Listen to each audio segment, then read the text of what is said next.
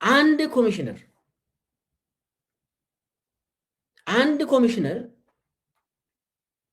በጣም ሲሪየስ ስራ የምትሰራ ኮሚሽነር መረጃን ታወጣለች ተብሎ ተባራለች። ብለን የምትባል ትውልድ ትግራዋይ የሆነች መጀመሪያ አብይ ራሱ መድቧት በኋላ ተጋሩ ነች ምስጢር እያወጣች ነው ተብሎ አብይ ራሱ ጠርቷት ከዚህ በኋላ እንዳትሳተፊ ዝም ብለሽ ጥፊ ተባለ። አሁን የት እንዳለች አይታወቅም። ብለን የምትባል ታውቃላችሁ? ያቺ ሴት እንዳለች የት ነው ያለችው? መስናሪያ የት ነው ያለችው? ብለን ሞተች፣ ታሰረች፣ የት ነው የገባች? አብይ ራሱ ምስጢር እያወጣች ነው ብሎ ብለን የምትባል ሲኒየር የሆነ ፖዚሽን ላይ ነበረች። ጥፊ ያላት የት ነው ያለችው? አውጡ ይሄንንም። ሌላው ይሄ አደገኛ ነው፣ ይወጣል፣ የግድ ይወጣል። ይሄ የብለን ጉዳይ ይወጣል። ሌላው የአቶ ዘገየ አስፋው ነው። አቶ ዘገየ አስፋው ከፍተኛ ኮሚሽነር ናቸው። ቅርብ ጊዜ ነው የሞቱት። አቶ ዘገየ አስፋው የልብ ህመምተኛ እንደሆኑ ይታወቃል። በየጊዜው ውጭ ሀገር ሄዶ ይታከማሉ። አቶ ዘገየ በፍጥነት ወደ ውጭ ወጥቶ እንዲታዩ በዶክተር የተጻፈ ደብዳቤ ቤተሰቦቹ ይዞ የውጭ ጉዳይ ሚኒስቴር ብርሃኑ ጸጋዬ ጋር ገብቶ አቶ ዘገየ አስፋው ሊሞቱ ነው፣ ወደ ውጭ እንድንወጣ ዲፕሎማቲክ ፓስፖርቱ ላይ ምቱለት፣ ቶሎ በሉ ተባለ። በፍጥነት ይውጡ ተብሎ ብርሃኑ ጸጋዬ አብይ ጋር ደውለው ይውጡ አይውጡ ብሎ ጠየቀ። ብርሃኑ ጸጋዬ ማለት የጌዲዮን ጢሞቴዎስ ምክትል የውጭ ጉዳይ ሚኒስቴር ላይ በጣም አደገኛ የሆነ ብርሃኑ ጸጋዬ የሚባል ማፊያ የሆነ አለ። ለማ መገርሳን ያስበላ አንዱ በጣም አደገኛ የሆነ ብርሃኑ ጸጋዬ የሚባል አለ። አቶ ዘገየ አስፋው ከፍተኛ የምክክር ኮሚሽነር አካል ስለሆነ ከላይ ወደ ውጭ ይውጡ አይውጡ ብሎ አብይን ጠየቀ። ሊሞቱ ነው፣ የልብ በሽተኛ ናቸው እኮ እሳቸው። በፍጥነት ይውጡ ነው የተባለው። የዶክተር ትዕዛዝ አለ። ኢትዮጵያ ውስጥ ሕክምና በዚህ ሰዓት አንሰጥም፣ ይውጡ ተባለ። ብርሃኑ ጸጋዬ ግን ለፖለቲካው ለምክክር ድራማው ምን እንደፈሩ አይታወቅም። ይውጡ ይመታቸው፣ ዲፕሎማቲክ ፓስፖርት ነው ያላቸው። ለምን? የሀገር ከፍተኛ ኮሚሽነር ስለሆኑ። የውጭ ጉዳይ ሚኒስቴር ቁጭ አድርጎ ዶክመንታቸውን ፓስፖርታቸውን ኢትዮጵያ ውስጥ እንዲሞቱ አደረጉ። ቤተሰብ ተመላልሶ ዛሬ ይሄዳሉ፣ ታገሱ ይባላል። ነገ ይሄዳሉ፣ ታገሱ ይባላል። ሶስተኛ ቀን ታገሱ ይባላል። አራተኛ ቀን ታገሱ ይባላል። በአምስተኛ ቀን ሞቱ። አብይም ተገላገለ፣ ተደሰተ። የአቶ ዘገየ አስፋው ግድያ በዚህ ነው የተጠናቀቀ። ቤተሰቦቹ በህይወት አሉ። ምርመራ ማድረግ የምትፈልጉት በቀጥታ ደውሉ። እንዴት ነው የሞቱት? በሽታቸው ምንድን ነው? የፓስፖርታቸው ዲፕሎማቲክ ፓስፖርታቸው እንዴት ነው የተያዘው? ጠይቁ። መልኬሳ ዝም ብሎ አያወራም። እኔ እዛ የውጭ ጉዳይ ሚኒስቴር የተደረገው ነገር ነው የማውቀው። ያሳዝናል። እኚህ የኢትዮጵያ ባለውለታ አቶ ዘገየ አስፋው መሬት ላራሹ የሚል በደርግ ጊዜ ወደ መጀመሪያ የደርግ ግዛት ሲጀምር የንጉሱ ስርዓት ከወደቀ በኋላ መሬት ላራሹ የሚለውን አዋጅ ያዘጋጁ እኚህ የኢትዮጵያ ባለውለታ በቀላሉ በአብይ እጅ ሞቱ። እነ ብርሃኑ ጸጋዬ አስገደሉት። አውቆ የልብ በሽታ ፋታ እንደማይሰጥ እየታወቀ የዶኩመንት ተጽፎላቸው ከዶክተር ዶክመንት ኢሚዲየትሊ ወደ ውጭ ይውጡ እንዲሄዱ ተብሎ አይ ጠቅላይ ሚኒስቴሩ እንዳይሄዱ ከልክሏል ብሎ ኢትዮጵያ ውስጥ ያለምንም መድኃኒት ያለምንም ሜዲኬሽን እንዲሞቱ ተደረገ። አብይ አያችሁት እንግዲህ እሱ የሚፈልገው አጀንዳ አለ። የኢትዮጵያውያን አጀንዳ ሌላ ነው። እኚህ አባት አቶ ዘገየ አስፋው መስዋዕት ሆኑ። በዚህ መካከል ወደ ውጭ ከወጡ ምን እንደሚያበላሹ አብይ ቀድሞ ያንን ስለሚፈራ ያበላሹብኛል ብሎ ስለሚፈራ በፕሮሰስ እንዲሞቱ ተደረገ። ሲስተማቲክሊ እንዲሞቱ ተደረገ።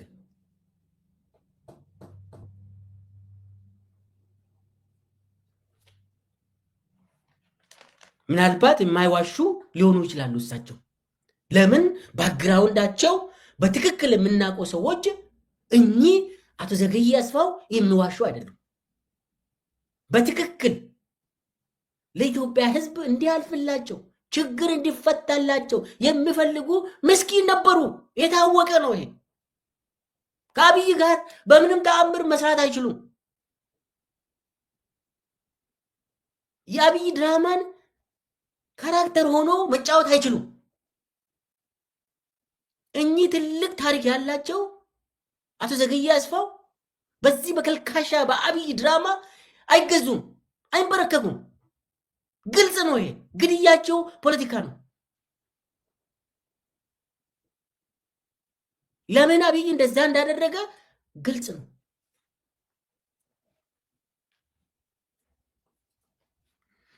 እና ሞራል ያላቸው ስብዕና ያላቸው እንደዚህ አይነት ሰዎች እንዲያልቁ እንዲሞቱ ተደርጓል። ይሄ ብዙ ምስጢር አይደለም። በነገራችን ላይ የህዝብ ጥያቄን ያውቃሉ እሳቸው።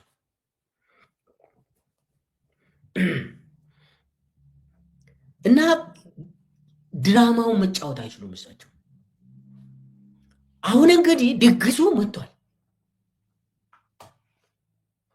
ድግሱ ሐምሌ 8 ይጀምራል ብሏል አብይ።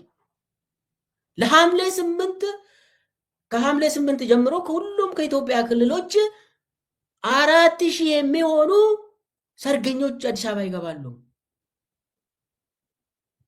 ለዛ ደግሞ የተበጀተው ባጀት ቢሊየንስ ነው።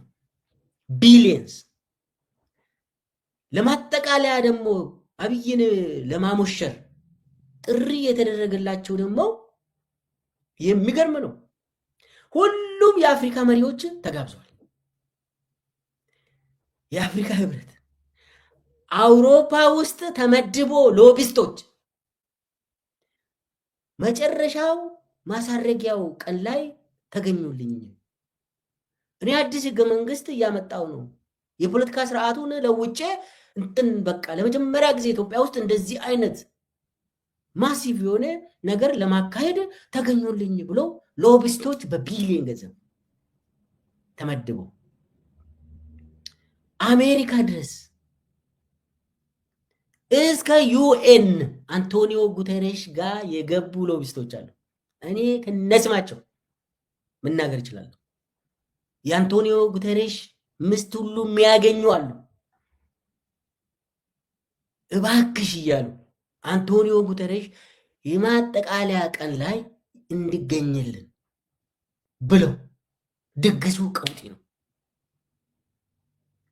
ሎቢስቶቹ፣ የግል ባለሀብቶች ሁሉ ተሰማርቶ በዶላር ነው ደግሞ የሚጫወቱት።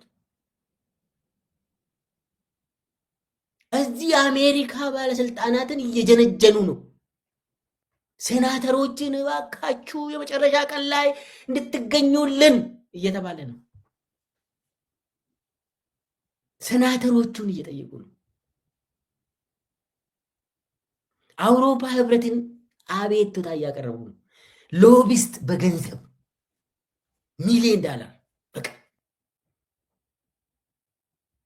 ለአንድ ከፍተኛ የአውሮፓ ዩኒየን ባለስልጣን ይገኛል ከሆነ ሆቴሉ፣ ትራንስፖርቱ፣ ኤቭሪቲንግ ይሸፈንለታል ተብሎ ከውጭ ሀገር የሚመጡ ከአፍሪካ ሀገርም ከአውሮፓም ከአሜሪካም ከዩኤንም ወደ ኢትዮጵያ የሚሄድ ከሆነ ወጪው ባለሀብቶች ናቸው የሚሸፍኑት ዶላር በዶላር።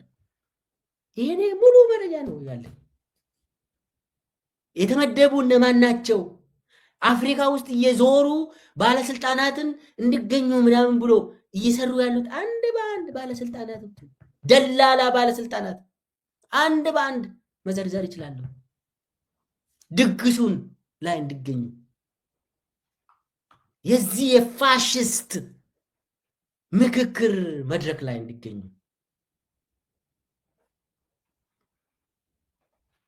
የኢትዮጵያ ገንዘብ በቢሊየን ተመድበው ኢትዮጵያውያን በረሃብ እያለቁ ባለበት ሰዓት ደሞዙ እንኳን መክፈል አንችልም እየተባለ ለዚህ ደግሞ ለዚህ ድራማ ለዚህ የማሞሸር ፕሮግራም ላይ አብይን እንደገና ሙሽራ አድርጎ ለማሳየት ደግሞ የኢትዮጵያ ሀብት በቢሊየን ተመድበው ፕሮግራም እያደረጉ ነው። ጥሪ እየተደረገ ነው። ሎቢስቶች በከፍተኛ ተመድበው እየሄዱ ነው። ይሄ እንግዲህ ናሽናል ዳያሎግ እያካሄድን ነው ብሎ ነው የሚያወሩት። ከአውሮፓና ከአሜሪካ የተጠየቀው እስከማውቀው ድረስ ህወሓት፣ ፋኖና የኦሮሞ ነጻነት ሰራዊት ይሳተፋሉ ወይ ብሎ ይጠይቃሉ። አሁን አብይ አዎ እያለ ነው። እንዴት እጅ ሰጥተው የገቡት ይሳተፋሉ እያለ ነው። ጌታቸው ረዳም ህወሓት ሆኖ ይሳተፋሉ መሰለኝ። እና እኔ ለ30 ቀን 4000 ካድሬን መልምለው ለ30 ቀን አዲስ አበባ ውስጥ ሲቀመጡ እስቲ ያስቡ። ለአንድ ሰው ሆቴል አንድ ቀን አንድ ሌሊት ደግሞ ስታንዳርዱን የጠበቀ ሆቴል ነው እየተያዘላቸው ያለ። ለ30 ቀን ነው የሚቆዩት። 3 ሳምንት እስከ 4 ሳምንት ነው የተባለው። የሚበሉት አበል የሆቴል እስቲ ምቱ እናንተ። ከውጭ ሀገር የሚመጡ ተብለው ደግሞ በዶላር ነው የምታስቡ። ኢትዮጵያ ገንዘብ፣ ኢትዮጵያ ሀብት፣ የምስኪኑ ገንዘብ በማይሆን በተራ ነገር እየተበላሸ እንደዚህ እየሆነ ነው። የራሱ የአብይ ህገ መንግስት እንደሆነ ድሮ ነው የተጻፈው። አብይ ህገ መንግስት ይህንን ህገ መንግስት አላከብርም ብሎ ከቆየ እኮ የራሱን ህገ መንግስት የጻፈው። ይህ ሁሉ ገንዘብ፣ ይህ ሁሉ ድራማ ለምን አስፈለገ? ያሳፍራል። በጣም በጣም ያሳፍራል። እኔ ብሔራዊ ምክክር ከተባለ ይውላችሁ ኮንሰፕቱን፣ እኔ የፖለቲካል ሳይንስ ተማሪ ነኝ። ናሽናል ዳያሎግ የሚያስፈልገው ግጭት ድህረ ግጭት ማህበረሰብ ነው ይሄንን የሚፈጽመው። ጦርነቶች ካለቁ በኋላ የጦርነቱ ምክንያት ምንድን ነው? መሰረቱ ምንድን ነው? እሱን መፍታት አለብን ብሎ ሲጋጩ የነበሩ ኃይሎች፣ ሲዋጉ የነበሩ ኃይሎች፣ የመንግስት ኃይልም የተቃዋሚ ኃይልም አንድ ጎራ አንድ ቦታ ተሰብስበው ይደራደራሉ፣ ነጉሼት ያደርጋሉ። ምንድነው ግጭታችን ብሎ ለይቶ ይመክራሉ። ምክክር የሚባለው ብሔራዊ ምክክር የሚባለው አገራዊ ምክክር የሚባለው ስጋቸው የነበሩ ሲዋጉ የነበሩ ኃይሎች ናቸው የሚመካከሩት። ለምን?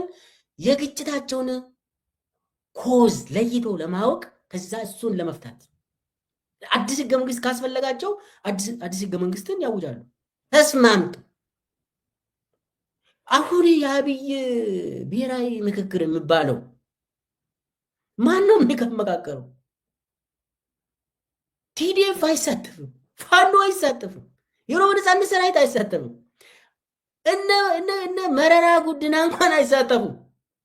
አዲስ አበባ የሚቀመጡ ተቃዋሚ ፓርቲዎች እንኳን አይሳተፉም። ምን የሚሉት ነው ይሄ ምክክር የሚባለው? ያንድ የፋሽስት ሰውዬ ካድሬውን ሰብስበው ዓለም አቀፍ ግብዣ አድርገው የራሱን ፋሽስታዊ ስርዓት ኦልሬዲ ፋሽስት ነው። ምንድን ነው የሚፈልገው አብይ? ከዚህ በላይ ምንድን ነው የሚፈልገው አብይ? ከኢትዮጵያ ስም ካልሆነ በስተቀር ራሱን ደግሞ ፕሬዝዳንት ብሎ መጥራት ይችላል።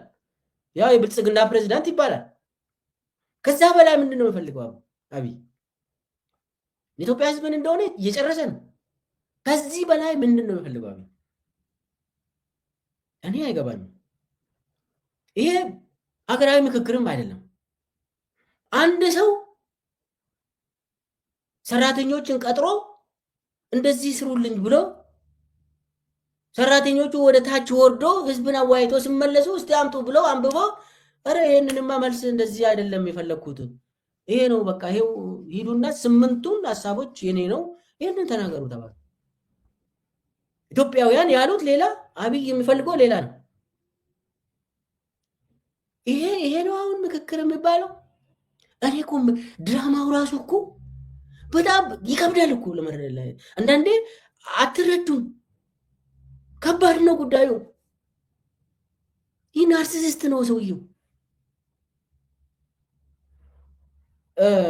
እና ምንም የምክክር ተብሎ ሚኒንጉ ራሱ የለም። እንደዚያ ምክክር የሚባል ነገር የለም። ይህ ካድሬ ስራ ራሱ እንደዚህ አይሆንም። አንዳንዴ እኮ እኔ ድርጅት ሰውን ነበርኩኝ፣ የመንግስት አካል ነበርኩኝ፣ ኃላፊ ነበርኩኝ። እዛ ሰውን አወያየታቸው አምጡ ብለን ሰው አስተያየት ይሰጣል። እዚህ ኤሪያ ላይ ይቀየር እንደዚህ ቢሆንልን ምናምን ብሎ ይመጣል።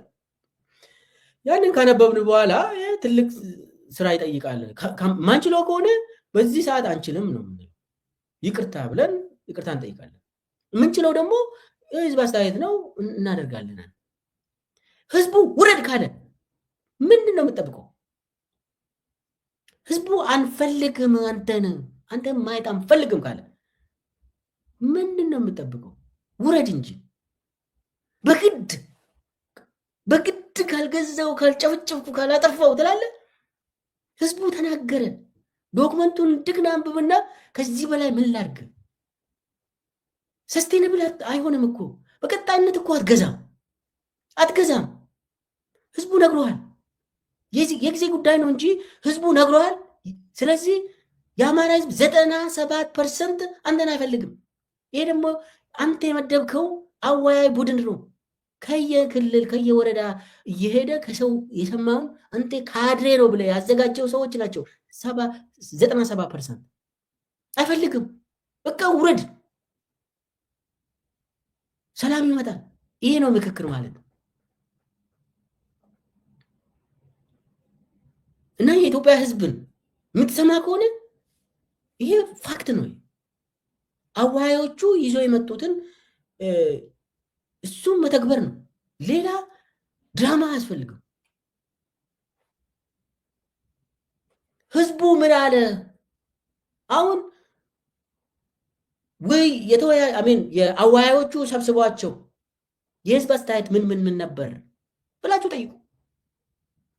ህዝቡም ኢትዮጵያ ውስጥ ነው ያለ፣ እዛው ነው ከአብይ ጋር እየኖረ ነው እያለቀም ቢሆን አወያዮችም እዛው ሀገር ነው ያሉት። ይሄ ኮሚሽነሮች የሚባሉ ወንጀለኞች ኃጢአተኞችም እዛው ኢትዮጵያ ውስጥ ነው ያሉት፣ በህይወት ያሉት ማለት ነው። ስለዚህ የኢትዮጵያ ህዝብ ድምፅ ይሰማ። ህዝቡ ያለው ግልጽ ይሁን። እዚህ ላይ መናገር የሚፈልገው አብይ በአንድ ዓመት ውስጥ ሁለት ጊዜ ህዝብን አጭበረበረ። ሁለት ጊዜ። አንደኛ ይህ ምርጫ ተብሎ ከአንድ ሳምንት 2 ሳምንት በፊት የተደረገ እንትን የሆነው ህዝብን አጭበረበረ። አሁን ደግሞ በዚህ ምክክር ምናምን ተብሎ ከታች ወደ ላይ የመጣውን የህዝብ አስተያየትን አጭበረበረ። በአንድ ዓመት ውስጥ ሁለት ጊዜ የኢትዮጵያ ህዝብን ንቆ አብይ አጭበረበራቸው። ይሄ አሳፋሪ ነው፣ ወንጀል ነው፣ ትልቅ ሀገራዊ ኃጢአት ነው፣ ያስጠይቃል። ህዝብ ያለውን ቀይረ ይሄማ ሀገርን ያጠፋል፣ እኛ ችግርን ለመፍታት ነው እንጂ ችግርን ለማበላሸት ለማባባስ አይደለም ብለ የህዝብን አስተያየት የህዝብን ሀሳብ ትለውጣለ፣ ታፍናለ። አይሆንም፣ ትጠየቃለ። ይሄ የግድ ነው፣ ትጠየቃለ። አሁን ወደ መጨረሻ ላይ መናገር የምፈልገው ህዝቡ ተናግሯል። ህዝቡ ስለተናገረ አብይን አይፈልግም። ህዝቡ አብይ ይውረድ ነው የህዝብ ጥያቄ። የሽግግር መንግስት አሁኑኑ ነው የህዝብ ጥያቄ። ሁሉም የኢትዮጵያውያን ጥያቄ አብይ ይውረድ ነው። ስለዚህ 4 ዓመትም ሰብስበ ይዜ የመጣው ማሳረጊያው አብይ ይሂድ ከተባለ ይህንን ሆኖ መግለጽ ያለብን። ትጠየቃለህ። የአማራ ህዝብ 8 አጀንዳ ብሎ ሰጥቷል። የኦሮሞ ህዝብ 8 አጀንዳ አለኝ ብሎ ሰጥቷል። ዛሬ በቤቱ እንኳን ለህይወቱ ዋስትና የሌለው የኢትዮጵያ ህዝብ በኦሮሚያ፣ በአማራ ክልል፣ በትግራይ ክልል፣ በጋምቤላ፣ በቤንሻንጉል ጉሙዝ፣ በሶማሌ፣ በአፋር፣ በሁሉም በደቡብ በኢትዮጵያ ምድር ላይ ሰው ወጥቶ በሰላም መግባት ያልቻለበት ዘመን ዋስትና የሌለው ሰው ምን ጥያቄ ያለው? መጀመሪያ የመኖር ጥያቄ ነው የሚያነሱት። ለመኖር ደግሞ ገዳይ ሰውዬ ይውረድ ነው ያሉት። ትክክለኛ እያሳብ መጀመሪያ እኔ የድንበር የምናምን የፖለቲካ ፕሬዚዳንሻል ጠቅላይ ሚኒስቴር ምናምን ምን ይሰራል ለአማራ ህዝብ? ለኦሮሞ ህዝብ አንተ ፕሬዚዳንት ሆንክ ጠቅላይ ሚኒስቴር ሆንክ ምንድን ነው የሚለወጡ? ምንም። ግድያው ግድያ ነው። ጠቅላይ ሚኒስቴርም ከሆንክ ፕሬዚዳንት ከሆንክ ትገላለህ። ምንም አዲስ ነገር አይደለም ለነሱ። ስለዚህ የኢትዮጵያ ህዝብ ጥያቄ ውረድ ነው። በቃ ሰላም ነው የምፈልገው የኢትዮጵያ ህዝብ ውረድ። አንተ ከወረድክ በኋላ ሰላም ካገኘ በኋላ ህዝቡ ፖለቲካ ጥያቄ ያለኝ ማለት ይጀምራል። የኢትዮጵያ ህዝብ በዚህ ሰዓት የፖለቲካ ጥያቄ የለውም። ያለው የመኖርና የአለመኖር ጥያቄ ነው። መቃብር እንኳን ስንት ሴንቲሜትር የሆነችው መቃብር የሌለው ህዝብ እኮ ነው። በየቀኑ ይረሸናል። ለአንተ እጅ የሰጠ እንኳን ይረሸናል እኮ። አንድ ልጅ ትናንትና ኦሮሚያ ውስጥ ከኦሮሞ ነፃነት ሰራዊት ለአብይ እጁን ሰጥተው አብይ ገደለው፣ አስገደለው። አረመኔ ህገ ወጥ የሆነ ሰውዬ ውረድ ከተባለ ይወርዳል፣ መውረድ አለበት። የኢትዮጵያ ህዝብ በግልጽ ተናግሯል። ውረድ ነው ያለው እንጂ አዲስ ህገ መንግስት ምንጥስዮ የምታወራው ነገር በዚህ ሰዓት የኢትዮጵያ ህዝብ ጥያቄ አንድና አንድ ነው። የመኖርና ያለመኖር ጥያቄ ነው። ትግራይም ከሄድ፣ ወልቃይትም ከሄድ፣ ባህርዳርም ከሄድ፣ ጅማም ከሄድ፣ ነቀምቴም፣ አምቦም፣ ጅጅጋም፣ አዋሳም፣ አርባ ምንጭም ሰው ሞያሌም ሂድ፣ አሶሳም ሂድ፣ የህዝብ ጥያቄ መኖርና አለመኖር ውስጥ ነው ያለ። ትገላለህ አንተ፣ አትግደለኝ ውረድ ነው ያለ። ይህንን አጭበርብረን 8 አጀንዳ ብለህ ትመጣለህ። 8ን ጨርሳል፣ ውረድ። ያንተ 8,000 ደርሷል። እና እዚህ ላይ የአማራ ህዝብ፣ የኦሮሞ ህዝብ ይሄ ነው ጥያቄ። የትግራይ ወይ ህዝብ 8 አጀንዳ ነው ጥያቄ። እንደዚህ ነው ያልከው። አብይ አዋረደ፣ ናቀ፣ ገደለ፣ ቂም ይዞልብ በየቀኑ በድሮን እየጨፈጨፈ አሁንም እየገደለ ይቀጥላል።